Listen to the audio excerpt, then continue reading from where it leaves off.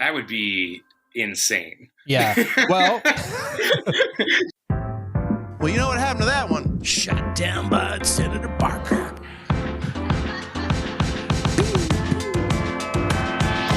Shot it down. On this episode of Pod Virginia, yeah. Oh, yeah. we talk about the federal lawsuit that could force a new House of Delegates election this year. It's a heavy lift.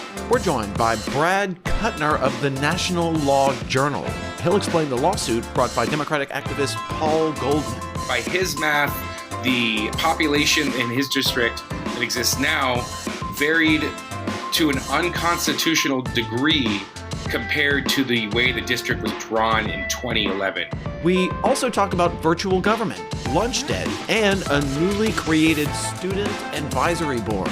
The fact that we have students participating in the system is a huge win. All that and so much more on this episode of Pod Virginia.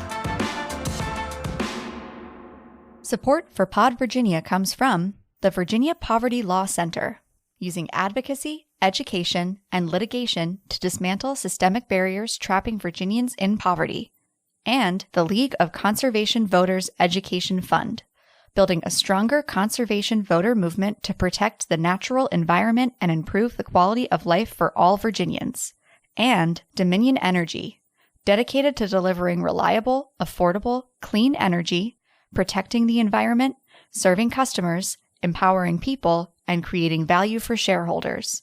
And from Patreons who are listeners like you. I'm Michael Pope. I'm Tom Bowman. And this is Pod Virginia, the podcast that takes you inside Virginia politics. Later in the show, we're going to hear from Brad Kutner. He's a reporter for National Law Journal. He'll tell us about the federal lawsuit that could upend Virginia politics, forcing a special election for the House of Delegates this year. We spent a lot of time discussing whether or not the plaintiff, Democratic activist Paul Goldman, has standing, because that's what a three-judge panel is trying to determine right now. Michael, what do you think about that interview? It's actually a fascinating discussion about whether or not the election that happened last year was unconstitutional. You know, Thomas, Virginia's Constitution actually says the year after a census, lawmakers, the House members must be elected in newly created districts. And so 2020 was the census, which means that according to our Constitution, in 2021, an election must have happened with new districts. And guess what? That did not happen. So the election that happened last year is pretty plainly unconstitutional. So what's the remedy for that? Well, Paul Goldman, this Democratic activist, says that he'd like to see a new election and it should happen this year. And so he's trying to get the courts to force that as the remedy. The problem is, does he have standing to actually bring the case before the court and force the court to take action? In other words, is he harmed by the unconstitutional election? Does he have some sort of stake in the unconstitutional election? And we don't know. We don't know the answer to that. Important context here that while it says you have to hold your reelection the year after the census, the 2020 census was significantly delayed and wasn't released until April 26, 2021. So there's a practical problem here in that there wasn't enough time to be able to draw the new maps with the new census data. So they had to kind of do the best they could, given the information they had, and then wait until the new census numbers came out and then kind of reverse engineer the lines that they had drawn, because this is an incredibly long, drawn out process requiring public input now and commission agreement. So, and of course, famously, they couldn't agree. So there's a clock element to this in that,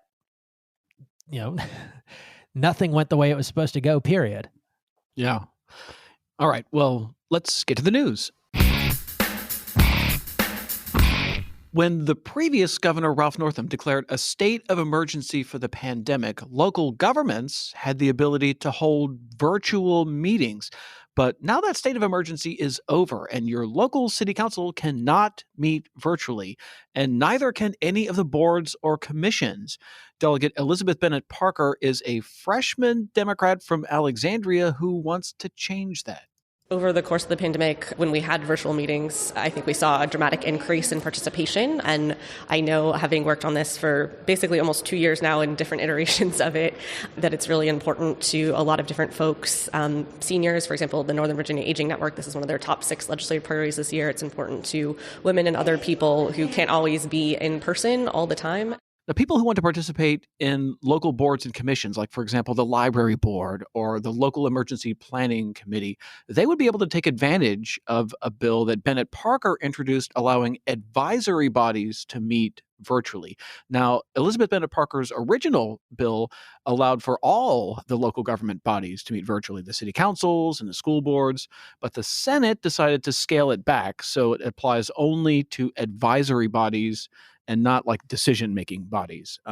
Senator Jennifer Boysko is a Democrat from Herndon.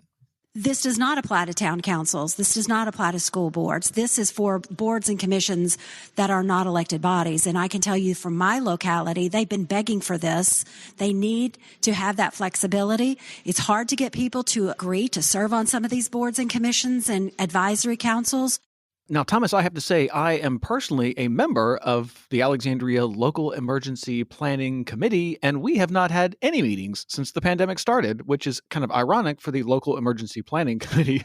Hopefully, if the governor ends up signing this bill, our committee will be able to have a virtual meeting. But until that time, we live in this world where, we got a taste of virtual government during the pandemic. Now that's sort of over with because the emergency rules no longer apply. But this is a direction that, Virginia governments, local governments, state governments has been moving in. There are a lot of people who are unhappy with this, though. A lot of Republicans especially don't like the whole virtual meetings. They look skeptically at Zoom. And even some Democrats like Chap Peterson was the one who said, let's not have the city councils be able to meet virtually. Let's not have the school board or the board of zoning appeals or any of these sort of bodies that make like binding decisions. Like none of those people can meet virtually, just the advisory committees. What do you think about that? This is a good bill from Elizabeth Bennett-Parker. It's well past time to modernize state government and local government.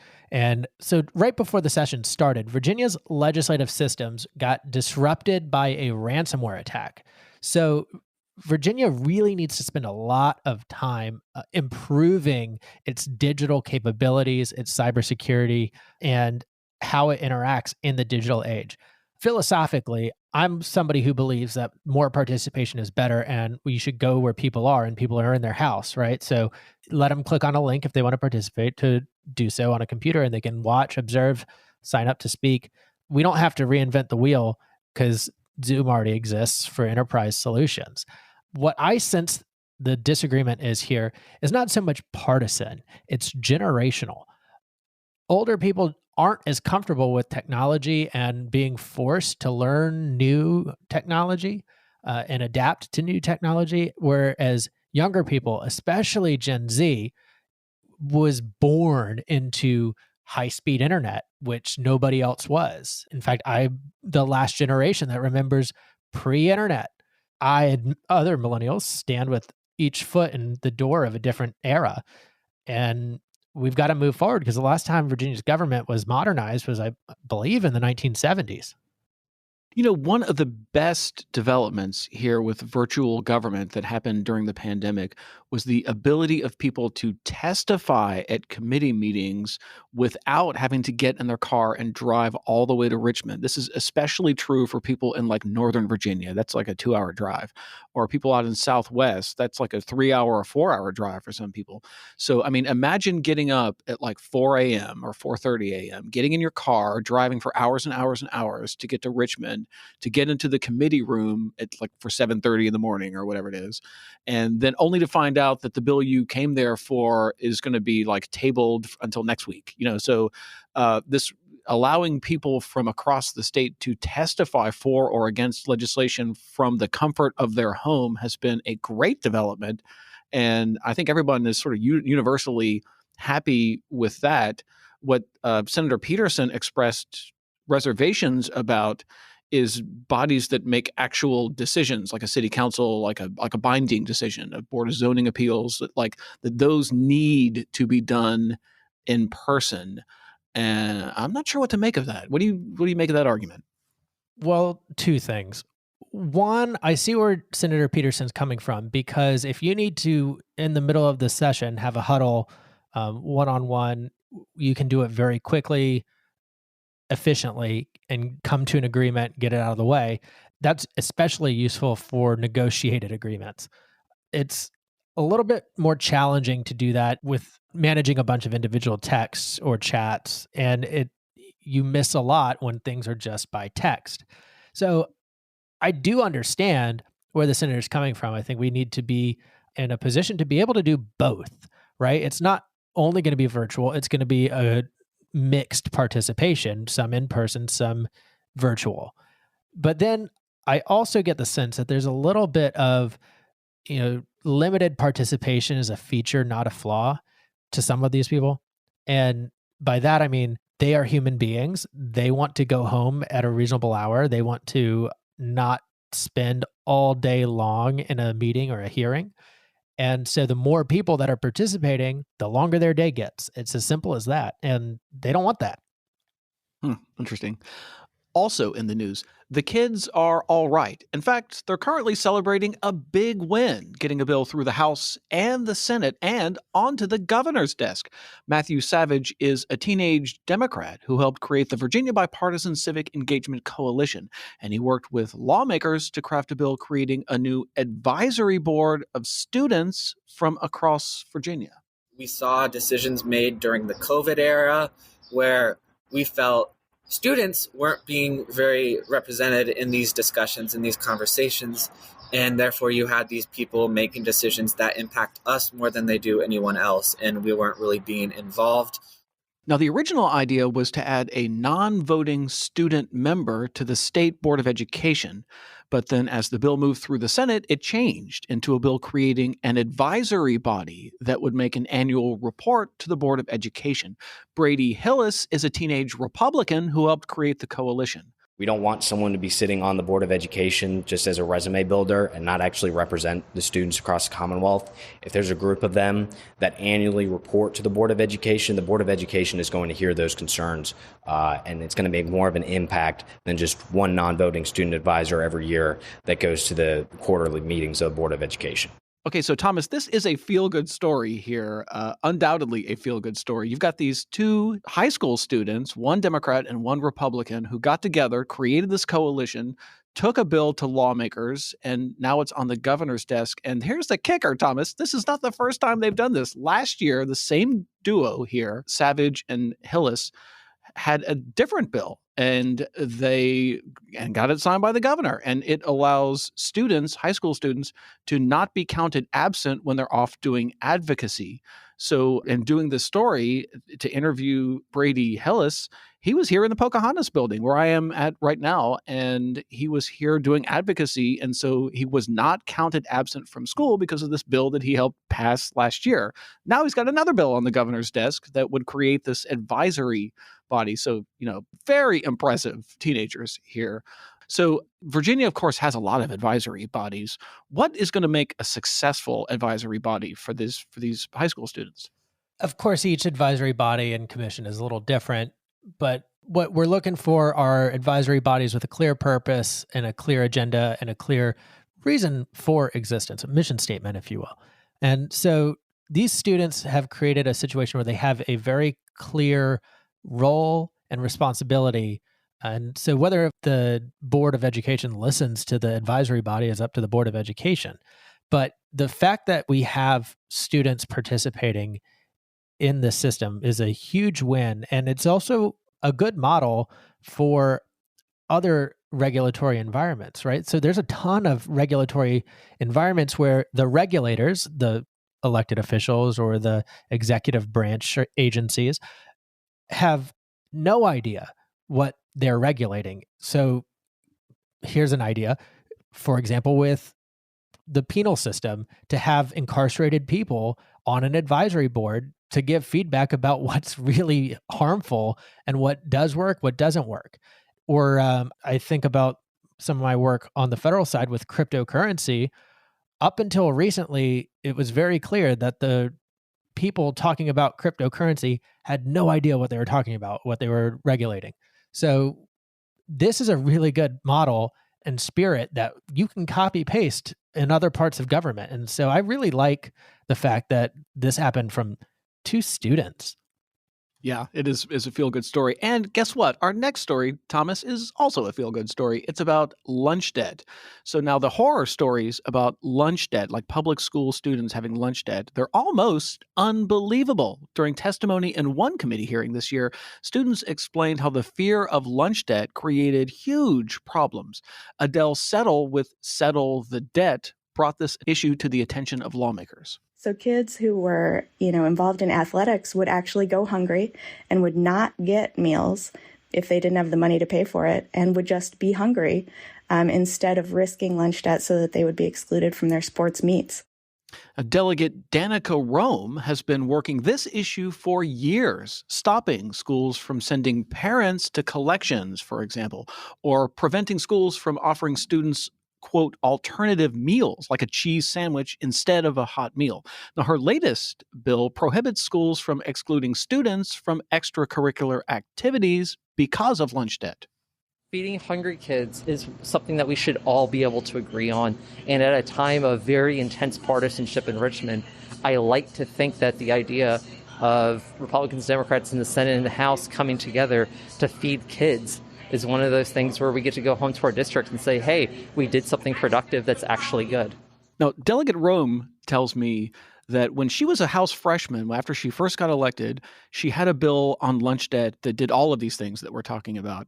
And Republicans killed it, and she didn't get her bill. So her strategy then was to cut it up into little tiny pieces and pass it piece by piece. And Thomas, she has been successful in passing each and every bit of her lunch debt agenda, including this one that the governor is now probably about to sign that prevents schools from stopping kids from doing extracurricular activities, like athletes and people, on the math team or whatever, like they can still do extracurricular activities even though they have lunch debt. Yeah, good for Delegate Danica Roem, because this is a great bill. I remember when I was in school, by the way, the lunch lady would not let you buy lunch if you were short, regardless of whether you had the capability to pay and maybe you were just, because it was a prepaid debit card, so you're out of money on your card. There's no invoicing, there's no credit. You literally had to go put the food back if you didn't have the money to pay. And it was really frustrating to be a student. They don't know how much money they have on their card. And you get all the way up to the front of the line and all of a sudden be told that you're out of lunch money. Well, shit, right? Like, what are you going to eat? And you can't learn if you're hungry. So in some ways, it's bizarre to me that we even force students and their parents to pay for school lunches while they're at school, which is a taxpayer-funded, mandated environment. Yeah, actually the scenario you just outlined where you have to take your meal and put it back, that's incredibly stigmatizing. And you've got, kids can be cruel. Yeah. Oh, yeah. And people might be laughing at you. In fact, this is earlier I mentioned this like cheese sandwich instead of a hot meal thing. Like, so the way schools used to do it is if you had lunch debt and you couldn't afford to buy a hot meal, they would give you this alternative meal, which is like a cheese sandwich. So everybody else is eating the hot lunch, but you're eating this stigmatizing meal that puts a target on your back and makes you stand out in a way it can be very unpleasant for kids going through a very difficult period in their lives. All right, let's take a break. Clearly, it was a busy session. Some good stuff passed. When we come back, we're going to be joined by a friend of the podcast, Brad Kutner. He's now a reporter for National Law Journal. He'll explain to us how a federal lawsuit might totally upend Virginia politics. We'll be right back. This is Delegate Mark Keem, and you're listening to Pod Virginia with Michael Pope and Thomas Bowman. And we're back on Pod Virginia. We're joined by a friend of the show, someone who has a new title. He's currently the Secretary Treasurer of the Virginia Capitol Correspondents Association, and he's the former reporter for Courthouse News Service. Now he's got a new job, reporter for the prestigious National Law Journal. Brad Kutner, thanks for joining us. Hey, thank you so much, Mike. I appreciate it. Great to hear y'all. Well, we're going to talk about the redistricting case in a second, Brad, but it's nice to have you back, and congratulations. So tell us about the new gig.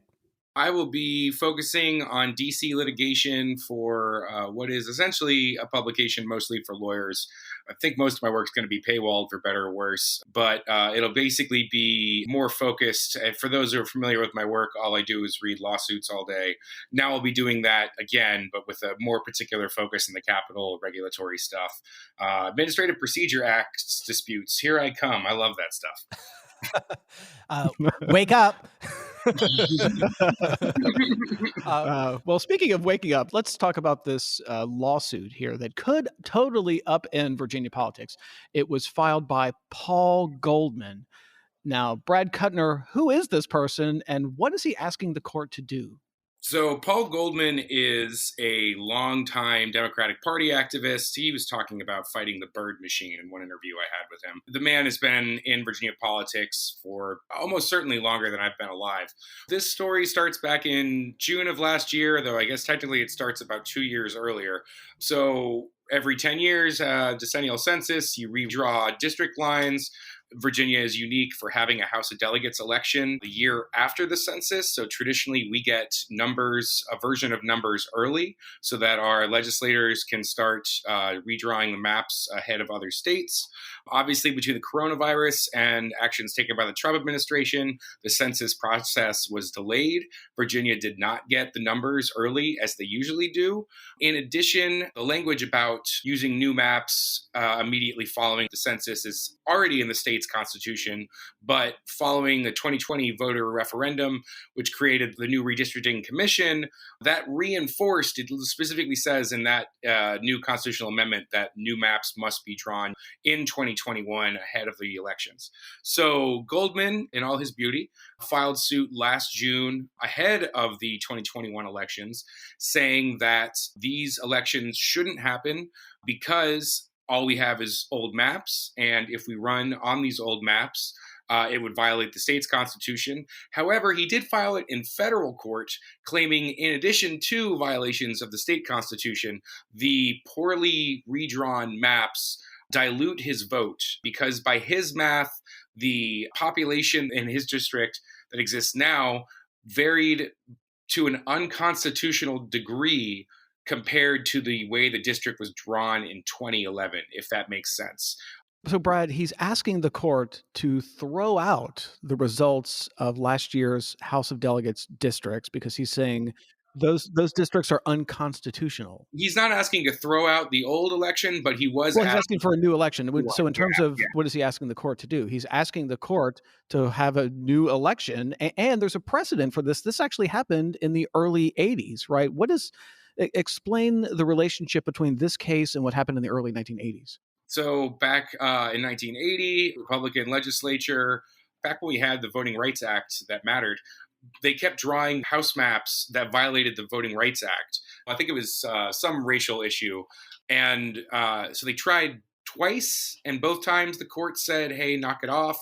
And then finally, the court said, hey, if you don't do this right, you're in trouble. And so they did it correctly finally. But I'm sorry, it's been a while since I've gone back over Kutner. The important point here is this has happened before. I mean, this is not totally outside the realm of experience. Virginia actually has some experience with having unconstitutionally drawn districts, or at least for a court to decide the districts are unconstitutional and forcing a special election as a remedy. So that's actually what we're talking about here, right, with this Goldman case. That could have a huge consequences depending on how the courts end up ruling on this, because the courts might end up calling for new elections, right, for the House of Delegates. That's what he asked for, but the window for that to happen in time for 2022 is quickly closing. And so the hearing this past Thursday at the Fourth Circuit Court of Appeals here in Richmond. So when Goldman filed the suit, the state, under former AG Herring, filed several motions to dismiss. To many people's surprise, Goldman actually survived a motion to dismiss. The federal court found standing for him to sue the State Department of Elections because they're the one who hold the elections. And so, questions about the constitutionality of those races would fall on them. But the state immediately appealed. And so what that means is there's time between when the appeal is filed and when the Fourth Circuit hears the case. That appeal was filed last November. And the hearing wasn't until this past month, March. People are always surprised at the timelines for appeals courts. And I can tell you, I've been doing this for 5 years. We could not get an opinion on this until late summer, like way past the window that this happens. And the issue that was up for the hearing was Goldman's standing. So we're not even at the merits of the case. Goldman, unfortunately, wasn't in the best place to explain some of the procedural requirements involved in establishing standing. So he struggled at the Fourth Circuit hearing, especially at this point in the litigation. It's a very procedural process. So while he struggled to explain standing, it didn't help that he wasn't familiar with the way in which to do so, if that makes sense. So he had a decent panel that was sympathetic, and he was representing himself pro se. He's a lawyer, but I don't think he's done too much appellant law, at least at the federal level. The judges were very kind to him. And eventually, through his own forceful persuasion, he got to the merits of the dispute. But the problem at hand was that wasn't up for the court to decide at this point. Add to that the very successful arguing on behalf of the state by Miaris's new Solicitor General, Andrew Ferguson. Let's just say after Tuesday's hearing, I am not exactly confident in Goldman's chances of success. But again, even if he does survive on standing, which, there's a very logical argument that he does, the timeline for a new election in 2022 is quickly closing, and it's not going to get any easier. We should probably clarify what standing means. It's oh, man. just for the non-courthouse reporters here, it means a party seeking a legal remedy has to show that they've got, through demonstrating to the court, sufficient connection to and harm from the law or action that they're challenging that supports their participation in the case, right? So that's the question at hand is, can Paul Goldman demonstrate that he specifically is the right person to be a party to this case? Yeah, sorry to blow over that, but it's literally one of those things that's like, just trust in that standing is a thing, and he debatably has it. Well, actually, Brad, let me ask you about the standing argument here, because he lives in the House district that's currently represented by Delegate Don Adams. And so the argument that he's making to the court is because this district is 10 years old and has not been redrawn in the last decade, there are unconstitutional population variations with Don Adams' district that harms him. This is his standing argument. What do you make of that argument? So Judge Wynn pointed out that Goldman used a calculation that appeared to rely on numbers that came out eventually, but part of the problem was the numbers didn't exist when he filed suit. So Wynn questioned exactly how he got to his calculation and whether or not that calculation was accurate to begin with. And that speaks to a lot of it. And then the state was prepared to argue that the maps were indeed constitutional. And I'm trying to find the line here. So from Ferguson at the bench, the election is fully in the past. His standing comes from a hypothetical future. If the district court imposes a new election, he will run in that election. That was part of his standing, that he wanted to run, but he didn't know who his constituents would be. Ferguson again said, we don't think the 14th Amendment requires states to reapportion on the basis of census data that does not exist when the electoral process has begun. So I think another important part that I spoke to Delegate Marcus Simon, who's also on the redistricting commission, he brought up a good point. He said he was willing to run again in 2022, but the lack of either state party being involved in this suit kind of speaks to a lack of energy or excitement around this new election cycle. But he pointed out that the state Senate districts are still consisting of districts from 2011. And those won't change. We won't get new elected senators until 2024 when they take office. So is everything the state Senate does between 2020 and 2024 unconstitutional because they technically don't meet the threshold that Goldman imagines? Yeah, actually, Brad, let me ask you about that. So Goldman lives, as I said earlier, in Delegate Don Adams' House district. He also lives in Senator Jennifer McClellan's Senate district. Why didn't he file suit against the Senate district as well? Why just the House, Because not there the Senate? wasn't the election in Because it wasn't. Oh, the election didn't happen in 21. Oh, yeah, right. Exactly. Yeah. So this was just about, and I mean, back when this was first getting discussed, I mean, this technically started when former delegate Lee Carter asked Herring for an opinion from the AG's office on the legality, the constitutionality of the 2021 races because of the lack of new census data. And Herring's office simply never responded. And the federal judge actually brought that up at one point during earlier hearings. But that opinion, AG's office opinion, never came out under Herring. And similarly, I asked Miaris's office if they had an opinion about it, and they declined to comment on whether or not such an opinion existed, a request had been made, or if an opinion was in process, as they are not required to disclose as such. So the general appetite appears to be, we don't want to do this. And I think the Senate, comparing it to Senate districts, being theoretically unconstitutional until 2024 speaks a lot to this. I've been saying this a lot with courts. It's a heavy lift for a federal judge to step into a state election like this, especially with state house districts. Like, this isn't a congressional, like federal Congress thing. This is the state's legislature, which would normally be the purview of the state Supreme Court. You mentioned new Attorney General Jason Miaris, because a lot has happened since this case was filed. Do we have any indication that Miaris' office is handling this case differently from Attorney General Herring? They didn't file any different, not that I saw any dramatically different brief. I mean, again, this was on standing, so a lot of that is very procedural language.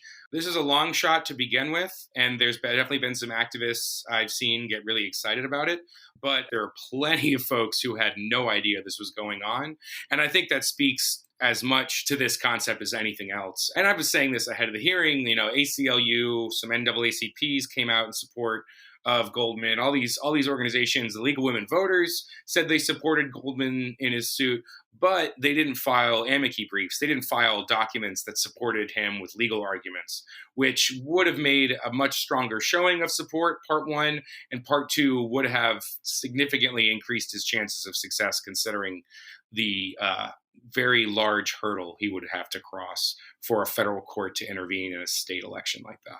Brad, can we put standing aside here for a moment and talk about the merits of the case? So Virginia's Constitution calls for the election of newly created House members in newly created districts the year after the census.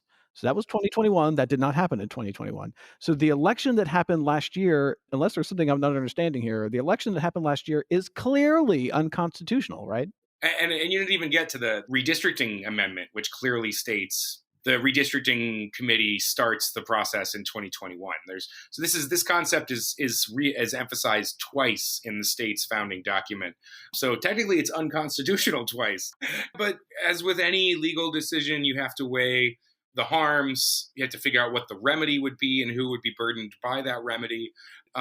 You're asking to overturn a successful election in 2021. You're asking, delegates, the language, other language in the Constitution says delegates serve 2 terms. At the beginning of session, I asked Gilbert about this, and he said, we plan to serve 2 terms. Before the election, there were questions about if either party who lost would join the suit in an attempt to try and retake. That obviously didn't happen. With any suits like this, when you're doing something so dramatic as forcing a new election, you've got to weigh all the elements and every part of what that decision's impact will be. What's the greatest benefit there, and what roles should the court, particularly a federal court, have in asserting its authority over the state legislature like that? So clearly this lawsuit is also running against the clock, right? If the courts already take a long time to decide, and as you've described, the Department of Elections might be trying to slow walk the case, there are more than one scenario for how this could play out as far as forcing a special election, but it's not guaranteed to happen in November of 2022. It could be a special election in early 23 or at another point in 2022 when still you don't get the turnout boost of the federal voters. That would be insane. Yeah.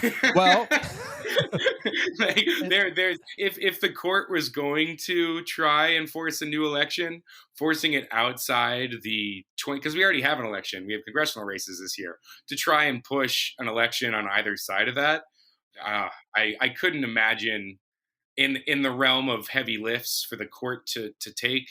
That would be, because they're still going to run again in 2023. Right. Well, but Brad, think about the early 80s. I think people in the early 80s, if you approached them with this idea that the House of Delegates would have 3 consecutive years of elections, they would have said, well, that's crazy. That's a heavy lift, but that's what happened, right? So like part of the 81 stuff, which I was trying to get to, but couldn't, word saladed my way out, was, and I've argued with some folks about this, my interpretation of the Kutner decision was, it was essentially a punishment, or at least a threat of punishment, that if these new maps weren't drawn in time, then they would get forced to run again. And sure enough, that's what occurred. So it was a resolution to an ongoing and clearly larger issue, I guess. I mean, I feel you and I understand. And I don't know if the racial issues should necessarily weigh heavier than the apportionment issues. But yeah, I think the lack of amici, the lack of other groups joining in the legal argument here speaks to an overall feeling that nobody wanted to do this. And that in of itself informs the court as to how they proceed, if that makes sense. All right, Brad, I want to put you on the spot here and ask you one last question, which is give us a prediction. I want to separate this out into a standing prediction and a merits prediction. What's your prediction for what happens with the standing question? And what's your prediction for, if they ever get around to the merits, what they might actually do in terms of the remedy for all of this? I think Ferguson for the state brought up a good point that the continued existence of this suit calls into question the legitimacy of the electoral process. And that was part of his broader dismissal argument for reversing Goldman's standing, that the longer this suit continues, the more it puts uncertainty on the election process, which I think should weigh heavy. I think they might roll back standing unless they want to just see what happens. Either way, it could be months before the Fourth Circuit rules. And then at that point, you're just getting to the merits argument. Let's say they rule in 2 months. And so that's May. Let's say they rule by May 10th, which is entirely unlikely. I see cases from 2019 getting opinions here in 2022. Like it's the courts take their time. So there's that. And then there's the continuation of the suit in federal court. And then when I spoke to Simon, he said the most realistic timeline for a new election would be a decision by early July, like July 1 would be required in order for the state's multitude of other election laws to still be maintained and followed in the course of a new election. So, I mean, I think more broadly, unless they rule in the next month and give him affirm his standing in the next month, I don't think this goes much further. As far as the merits, again, I think it's a very heavy lift for a federal court to step in a state legislative race, particularly when they'll be running again next year on an issue that very few people were willing, that only one person was willing to put themselves on the line legally to fight. Had there been more energy around this might be a different conversation. But for whatever reason, and I mean, and when Democrats were in control, they had special sessions late last year. They knew this was going to be a problem. If Democrats wanted to fix this, or if Republicans wanted to fix this, they could have submitted legislation to address this problem. I'm pretty sure Alabama specifically did. Like the other states, we're not the only state who does year after census elections. So the legislature's failure to act, combined with the lack of interest from outside parties, just doesn't weigh in Goldman's favor here. But I'm also not a lawyer. Well, it sounds like Paul Goldman, regardless of how the court stuff plays out, the practical result that he's looking for, he's probably unlikely to get based off what you're telling us today. And Brad, I know you're busy, so we're going to let you go. Thank you so much, Brad Kutner of the National Law Journal. Thanks for joining us. Thanks for having me on, guys. I appreciate it. And I hope we get the chance to speak again soon. Pod Virginia is a production of Jackleg Media. Our producer is Arian Ballou. Our social media manager is Emily Cottrell. And our advertising sales manager is David O'Connell. Find us on Facebook or Twitter. Subscribe wherever you get your podcasts. And hey, write a review on Apple Podcast. It really helps people find the show. We'll be back next week with another episode of Pod Virginia.